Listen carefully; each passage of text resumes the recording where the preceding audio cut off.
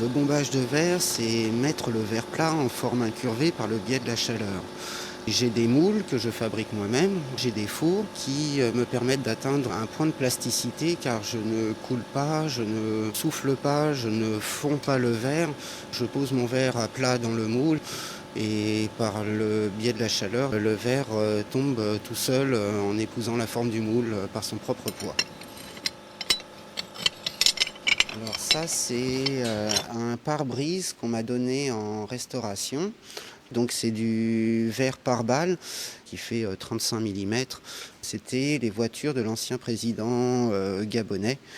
C'est entre guillemets une mode pour les chefs d'État de ressortir les vieilles voitures de défilé. Donc du coup, ces voitures-là vont partir en musée. Donc il faut les refaire à l'identique.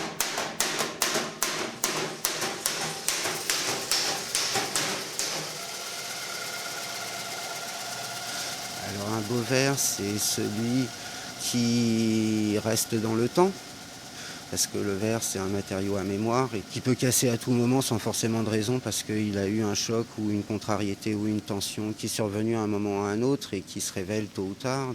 Pourtant, c'est un matériau relativement minéral, vu que c'est fait avec une base de silice, donc de sable. Et il y a cet aspect liquide, mine de rien, même si c'est figé, c'est un liquide figé.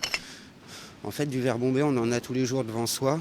J'ai refait cette année l'éclairage de la ville de Toulouse. Mais on avait fait le pont Alexandre III à Paris, des pièces pour des hôtels.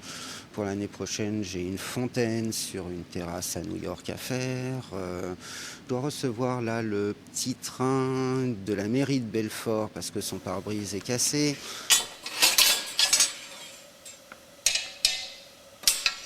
Et puis mon arrière-grand-père, en fait, paternel, 1870, après la guerre contre la Prusse, en fait, depuis, de père en fils, on a réussi à transmettre le savoir de manière gestuelle et orale.